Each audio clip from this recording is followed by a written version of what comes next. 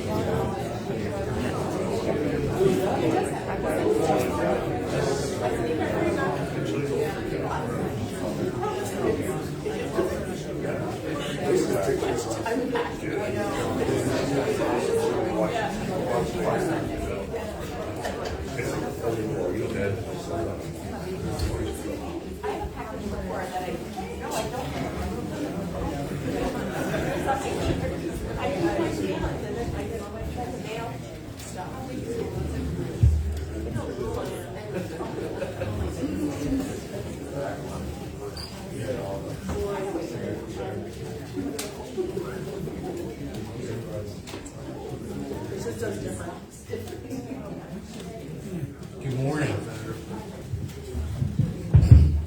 Good morning. Well, here we all are again.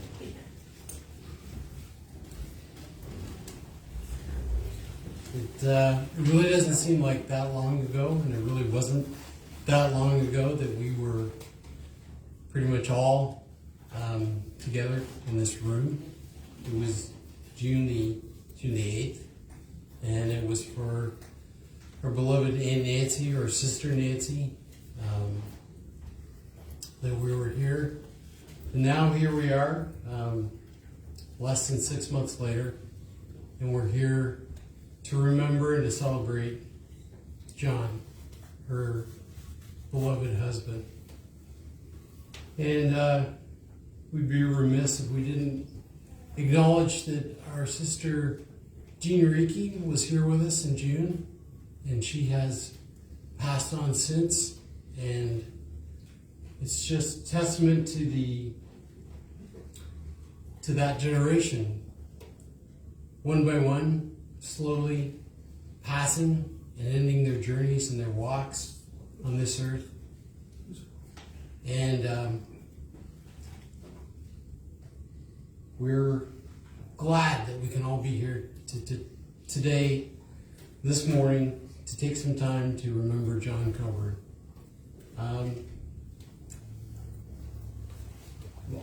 For those who don't know me, my name is John Horton, and my life is intimately and intricately woven into the lives of the Coburn family and the Taggart family and other families in this room, but certainly the Coburn family. And it's my privilege to be here, to be asked to do this. And I'll do my very best, I promise, to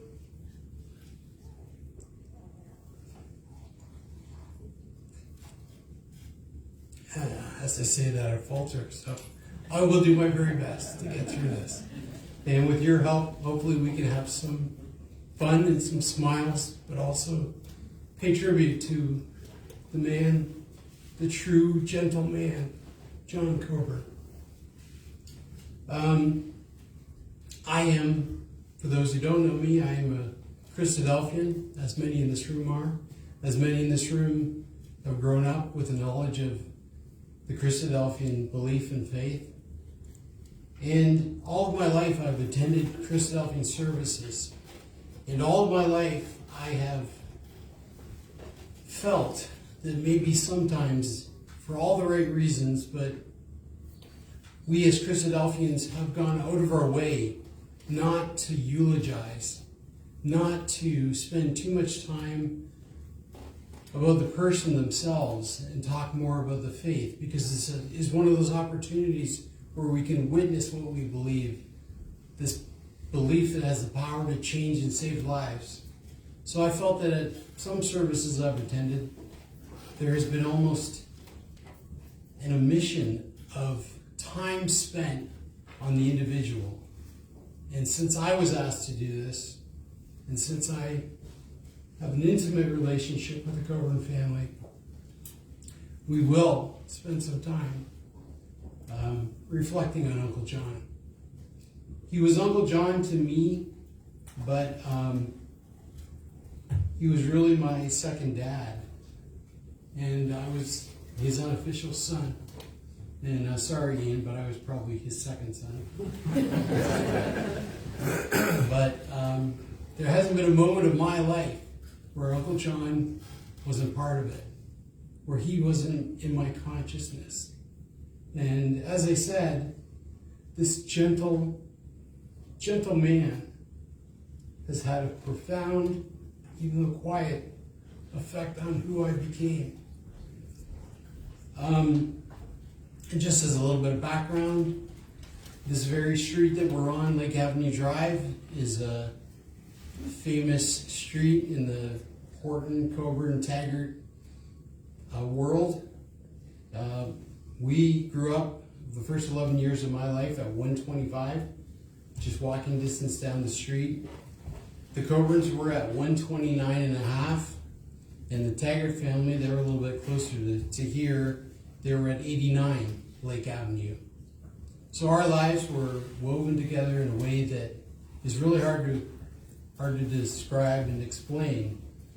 But we grew up with our parents all friends, our parents all socializing. We went to school together, we went to meeting together, we went to Christadelphian functions, Bible schools, other things together. And it was a wonderful, wonderful way to grow up. When I was 11, we moved to Grimsby, and before that, the Taggarts moved closer to Green Acres School. Coburns had moved on to Randall. So we dispersed a little bit, but we never really lost touch. And I would say that probably until I moved out of my parents' house, almost every weekend, I was either at the Coburn's house or Pete was at our house in Grimsby or in Stoney Creek before we moved. So I had the opportunity to witness this man firsthand in a way that I consider a real gift. Well, since the day that we were all here last, June the 8th, since that very day, Uncle John's spirits, his resolve, his will to go forward without his soulmate, and even his very health, both mentally and physically, just plummeted. Those who saw him that day, everybody had the same reaction of how frail he looked and how thin he looked. And believe it or not, that got worse in the time that elapsed between that day and the day that he passed. And everything plummeted, literally. And he was somebody that if you would ask Peter, certainly, or if you would ask the family, they tell you that they witnessed a man die of a broken heart.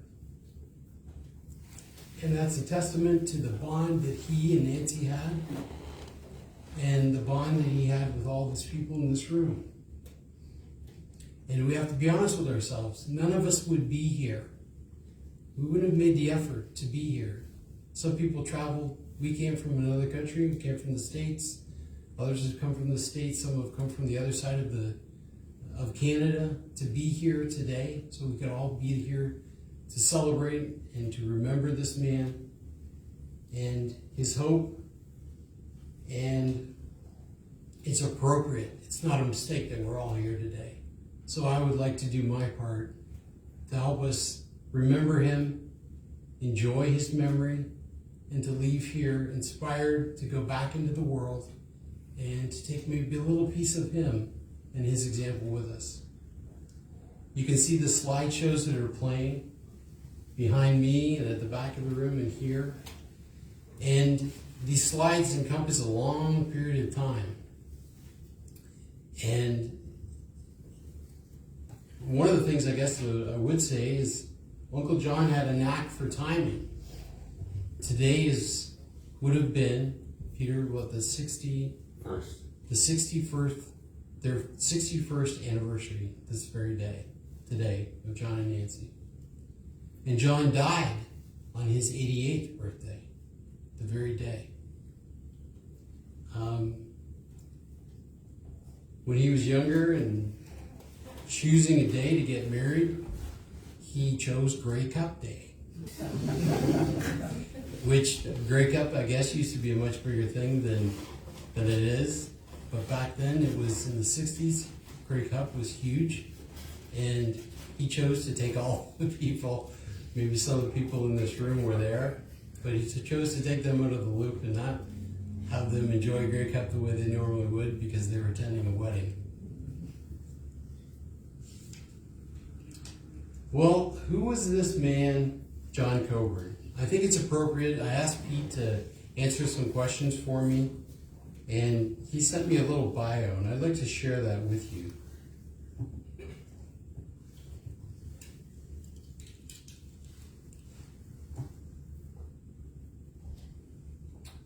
Well, John Coburn was born in Gateshead, England on the 22nd of October, 1936.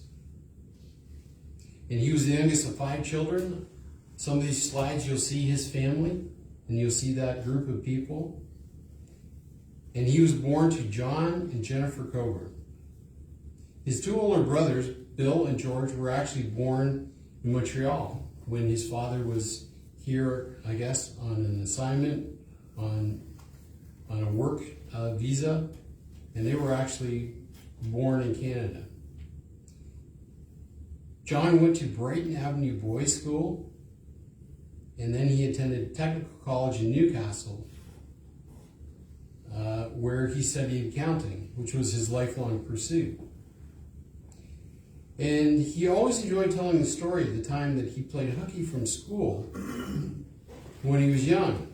And he planned to take the bus from Gateshead into Newcastle, because Gateshead was adjacent to Newcastle, and Newcastle was the big city. So he was very much looking forward to taking this trip, playing hooky, getting on the bus and going over to Newcastle. Well, the one thing that he didn't plan on is that one of the first people that got on the bus that one stop down from him was his mother. So he didn't plan that so well either. And maybe that ties into his sense of timing. He, as you'll see in some of these pictures, Uncle John was a very strapping young man, and he enjoyed playing rugby. He played for the North Durham Rugby Football Club. And he always said that his father was disappointed that he took rugby instead of playing soccer or English football.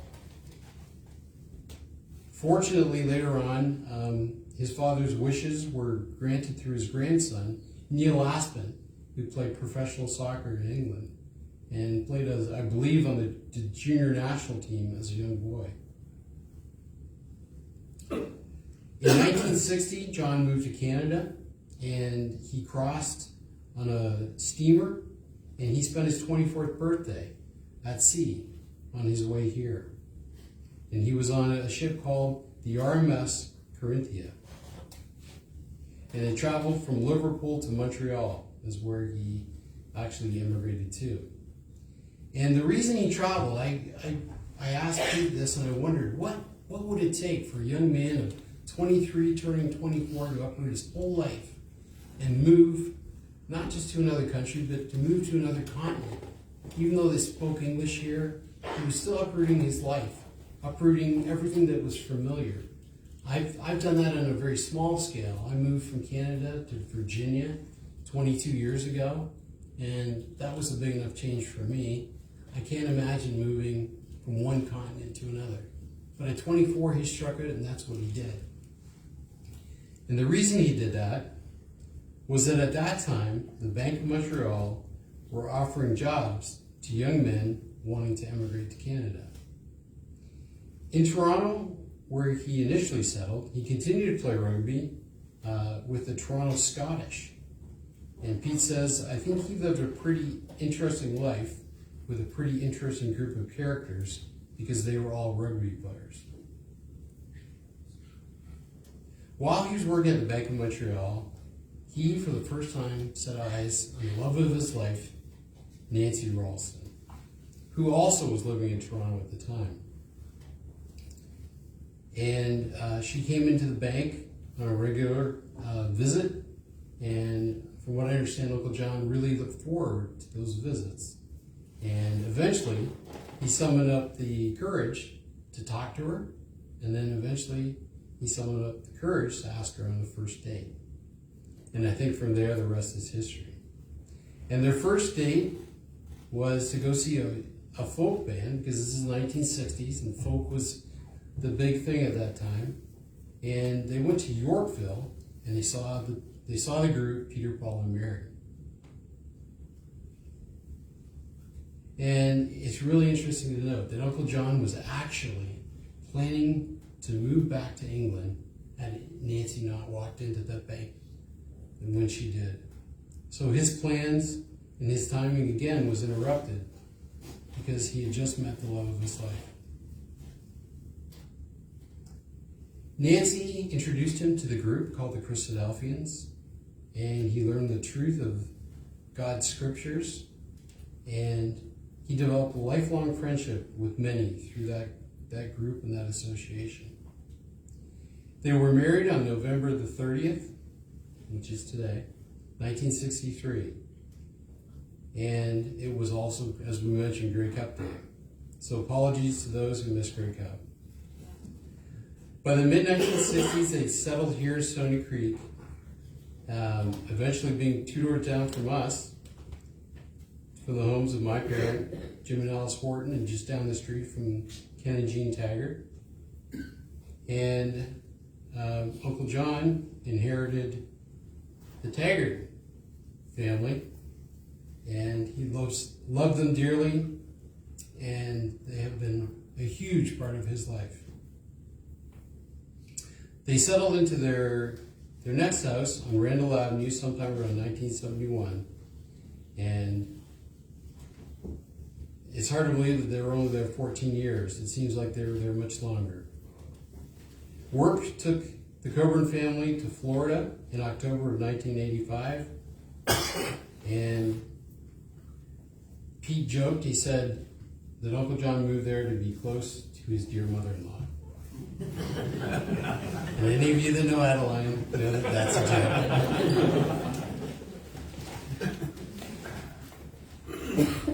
Well, that was a brief little bio that Pete provided, but I'd like to give a little bit of my own bio.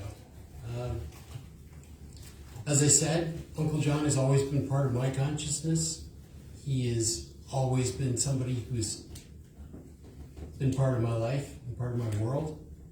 And when I was little, Uncle John always seemed big. To a little person, he seemed huge. He seemed like a big, big guy and a big, big man. And I guess he had the same effect on his own kids, because Pete, when he was in kindergarten, was given an assignment. And they said, we want you to write one sentence, complete with capitalization, punctuation, but just one sentence, and tell us something about one of your parents. So I quote, Pete wrote, "My father is very big and very tall and weighs about 400 pounds." And this was just down the hill at Green Acre School where we all went. And I think that on parent-teacher night, they were a little bit surprised when Uncle John walked through the door because they were expecting somebody much bigger. But he always seemed big, and it's ironic that he was this big, imposing man, but he was the softest, the gentlest, the kindest, the sweetest man probably that I have ever met. He certainly had, as testified by his love of rugby, he had an aggressive side, but he certainly had a sweet and a caring side. I said that Uncle John was really my second dad. He was my dad who let things slide more than my own dad. He was my dad who would never dream of marching his son up to the neighbor's door and ringing the bell and explaining to our neighbors how he shot an arrow through the greenhouse. He was my dad who found it hilariously funny when kids doing the dumb things that they do hurt themselves. And he was my dad that could fall asleep just about anywhere. He could fall asleep in front of a TV. He could fall asleep in a movie theater. He could fall asleep in a backyard, on a chaise lounge, at a sporting event. He could fall asleep just about anywhere. And it's interesting because when he would fall asleep in front of a TV back in the day before the remote, where you had to creep up and turn the channel, the second he heard that click, he'd wake from a dead sleep and go, I was watching that. Uncle John had so many qualities, and he was never one to be showy. He was never one to be, look at me. He was never one to be vain in any way. I don't think he had a vain bone in his body. But his example was something that was not lost on me. I remember going to Canadian Bible School, which was held in the Halliburton Highlands. It was held outside of Halliburton, Ontario, on Lake Shagawigamog. Many of the people in this room remember those days at that Bible school. It was held usually the last week of the summer. And for me, it was the highlight of the summer. And for many people, it was too. Many people, including my parents, met their spouses at that place. And it was such an exciting thing to do. And we look forward to it every year. Well, because of Uncle John's ability with accounting, he was on the committee and he was given the task of being the registrar. And I remember very distinctly as a young person, because of my proximity to the Coburn family, I remember that as registrar, he was responsible for assigning accommodation to people and giving people rooms. And there were some people every single year who were not happy campers. They were given rooms that they weren't happy with. They were given accommodation that they didn't like, even though the rooms pretty much were all rustic. They were all basic. They were all kind of the same. But there was always somebody who would act, I don't know another way to say it, but very, very un-Christ-like. They would act like spoiled tourists who wanted their situation changed and fixed. And the person that they went to was Uncle John. And I remember him being visibly upset with this. But I also remember him handling it with grace and with patience. And maybe Pete and Ian would say that as Uncle John got a little older, the patience got a little shorter.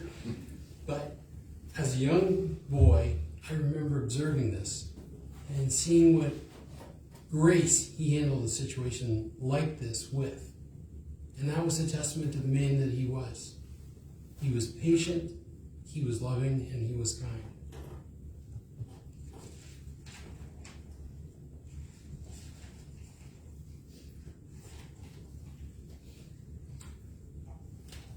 Uncle John had a series of jobs. He, for a while, worked in Burlington. He worked at Joseph Brand Hospital. He worked at other places. He was the one who opened the Limebridge Mall when malls were all the rage. And it was malls, actually, and their development that brought the Coburn family to Florida. I remember that he had been offered promotion and advancement, but it meant moving elsewhere, and he turned it down several times. And finally they came to him and they said, look, we're not going to keep offering these things. This is kind of your last offer. So he took it, and he moved to Florida, and ironically, shortly after moving, the company that had brokered the move and set him up down there sold out to another company.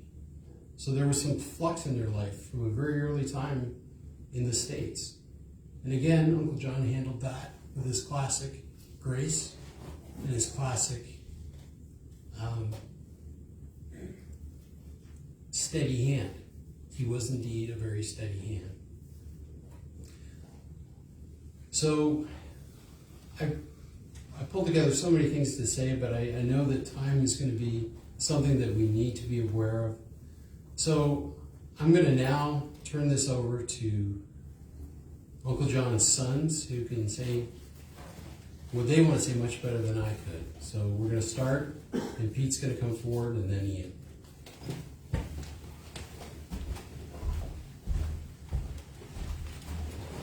I'd like to thank John for speaking so eloquently about my dad. I really like coming to Canada, and I really like seeing you all. But I got to say, we got to find a better way to do this, because I'm not sure I can do it again. But it is interesting that today would have been their 61st wedding anniversary. What I will say is that when he came in 1960, he was welcomed by so many of the people in this room. Family. Thanks, John. People that taught him the truth became his lifelong support and friends. And 40 years of being away was not going to be able to erase that. And so we have been away since 1985. Stoney Creek feels like home. The people who are here today feel like family, friends, and like I said, they bolstered and supported him all his life, both mom and dad.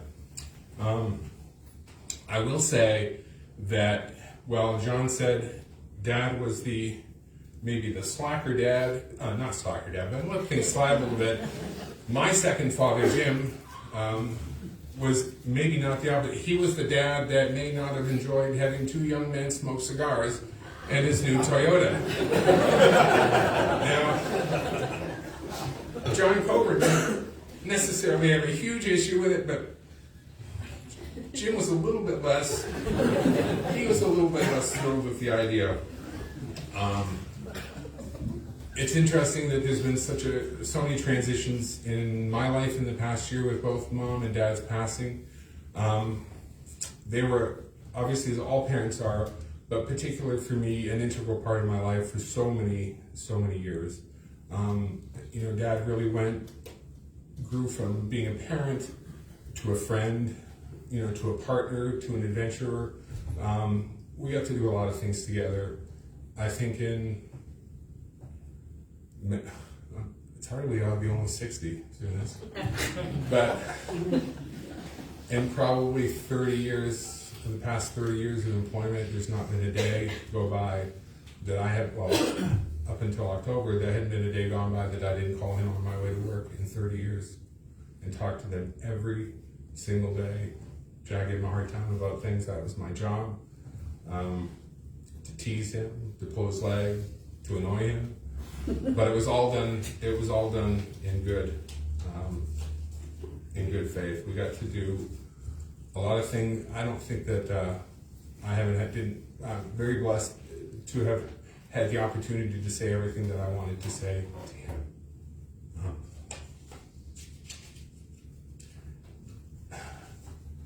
And there's not many secrets left between him and me. But you do find, I just wanted to finish by saying, you do find some things in the house when you're clearing out 40 years worth of, I'm not going to say debris is the right word, but there's some good stuff in there. And I'm sure, and as you know, there was nobody else for my dad but Nancy. So there's never any question about that. But I did find this interesting memento in his desk. And it says, it's engraved, and I've tried to see the engraving was this JC at the top, so I'm assuming that's John Coburn. And then on the bottom it says, thanks for the memories. Love all your other women. And I just wondered, well, who would these people be? And of all the things that I didn't get to learn about my dad, that would be the one mystery I think that's not, that may not be solved. But anyway, thank you again for all being here. You are all important to us and to him. Thanks.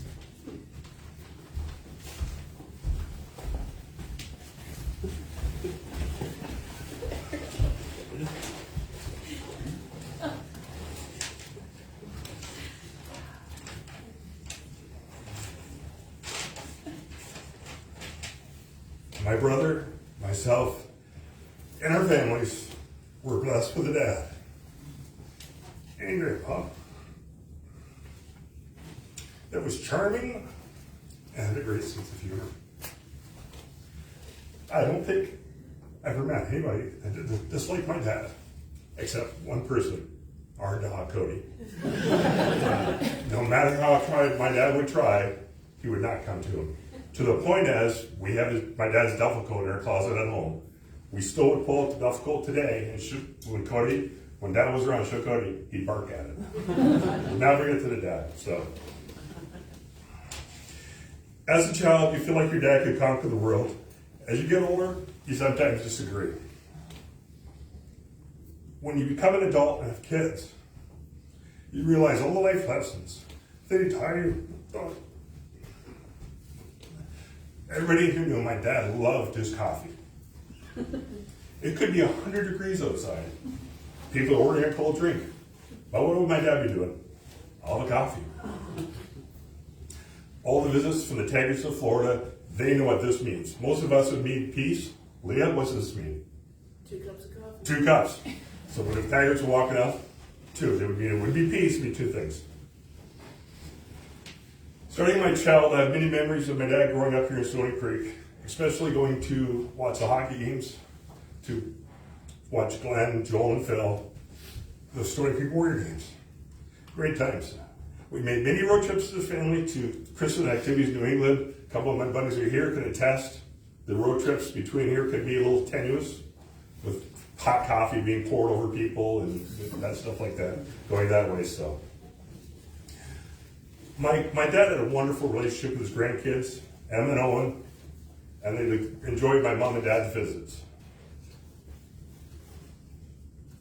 They especially liked his English songs, and there was one that begins with, "Nobody likes me, everybody hates me, think I'll go eat worms." I'm sure somebody's heard that song from him, so that's one of his favorite songs. He was very proud of their accomplishments and the adults that they've become. I could hear it in his voice, and always tell him about the wonderful phone conversations he had with them. Usually when they're driving from college, they always like to call Grandpa to see what was going on, especially the girls. My dad knew the charmer and he was a flirt, and I'd be on FaceTime talking to him, and Shelly or Emma would join, or even Owen's fiance Josie, and all the first thing were, "Hello, sweetheart, how are you?" And it got so bad. You're just the person I wanted to talk to.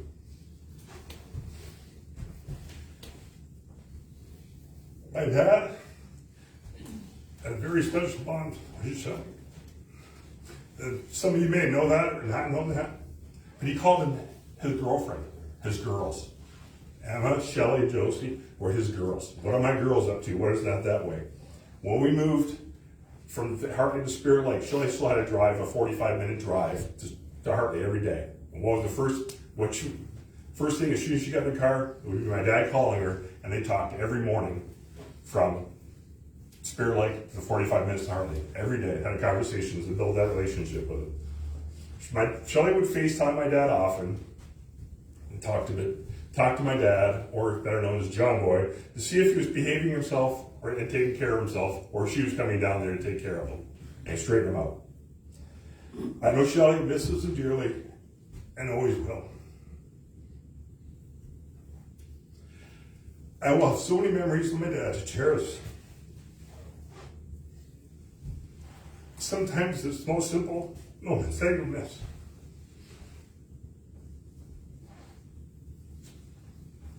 On one of my earlier visits this year, my mom was in the care center.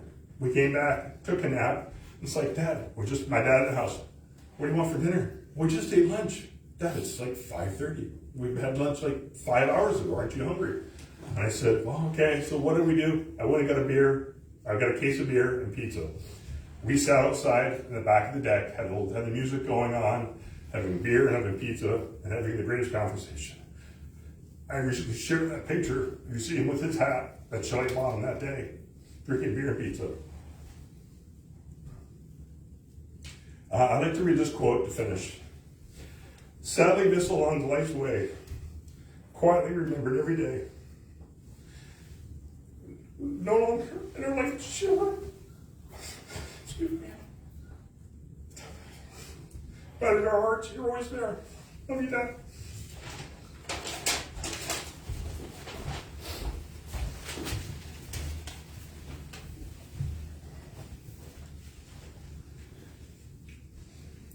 Thank you both. Well, I looked at it, and it looks like Uncle John's life was divided up into three, not quite equal, but the three distinct time periods. He spent his first 24 years in England. He spent the next 25 years here in Canada. And then he spent the following 39 years in the US of A. So what was his citizenship? Was he English? Was he Canadian? Or was he US? He was all of those things. And he was none of those things.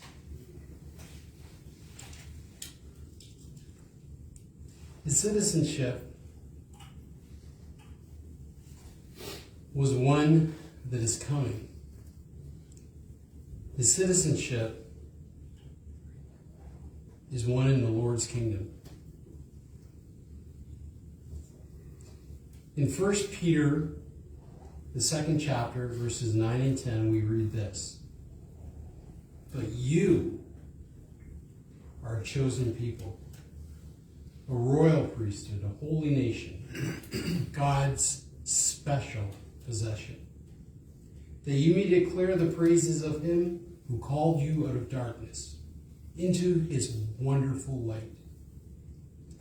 That wonderful light is what I think enlivened Uncle John.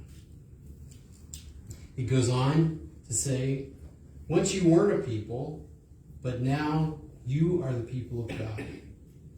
Once you hadn't received mercy, but now you have received mercy.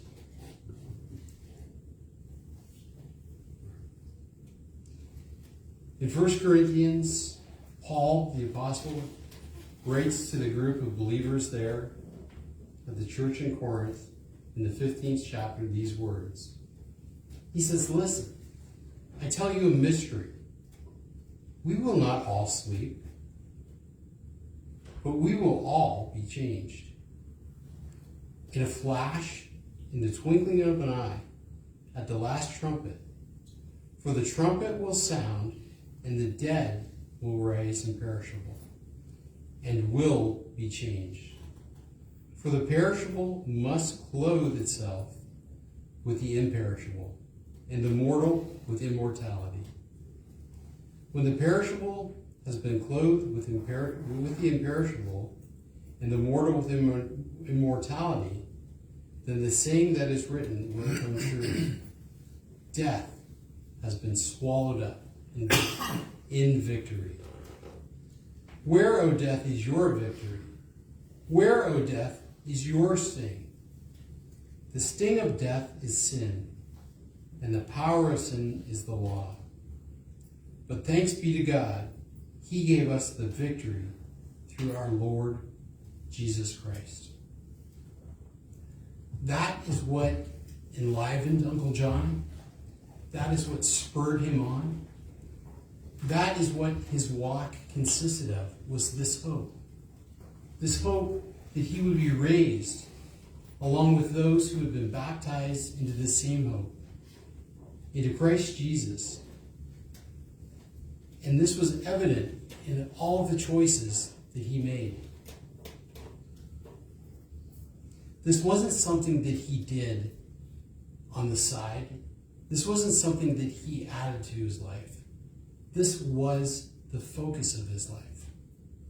And what we have seen and what we are remembering here today is not only a life well lived, but a walk well done. A walk that's come to its end. A race that has come to its end. And he just frankly could not go on and could not keep this walk up without his soulmate, his helpmate, and his partner. Our dear, dear, dear Aunt Nancy. In Hebrews 11, there's some very famous words, because this is a chapter in the Bible that talks about faithful people of old, and hopefully people that walk their walk and stay the course can be included with these people. But these words are for us. And Uncle John was very familiar with these words, starting at verse 13 of Hebrews 11. It's talking about this group of faithful people. It says, all these people were still living by faith when they died. So was Uncle John. They did not receive the things promised.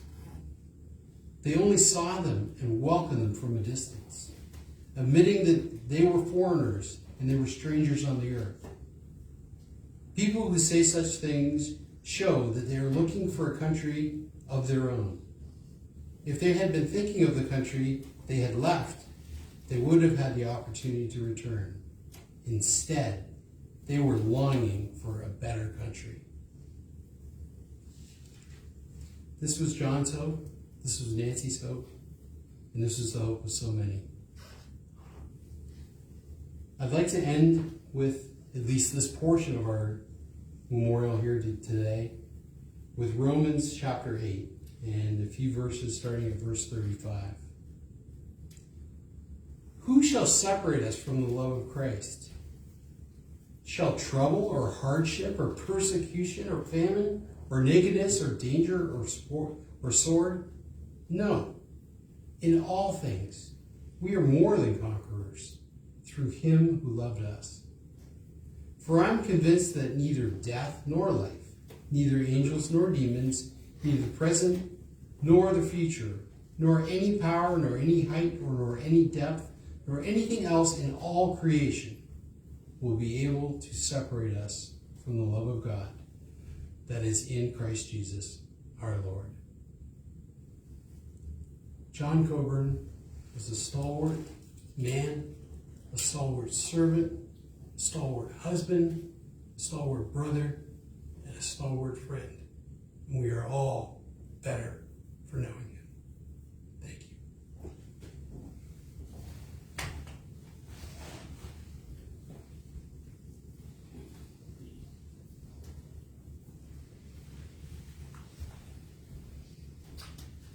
There will be a reception, but before which any who wish to go to the graveside, there will be a few words spoken there, and just as with Nancy's service, it will be the same. We will have a procession go there, and then afterwards come back to just down the road to the powerhouse, where there will be some time for us to socialize and convene over some refreshment.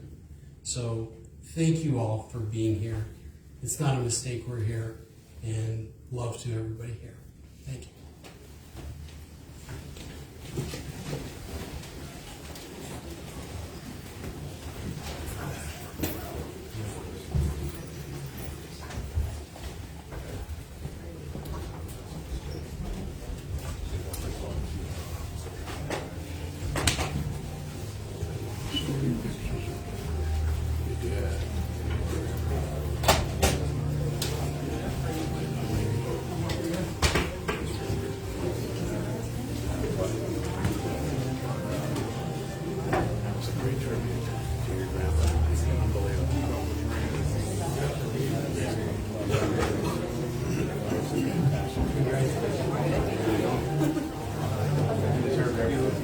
Sorry.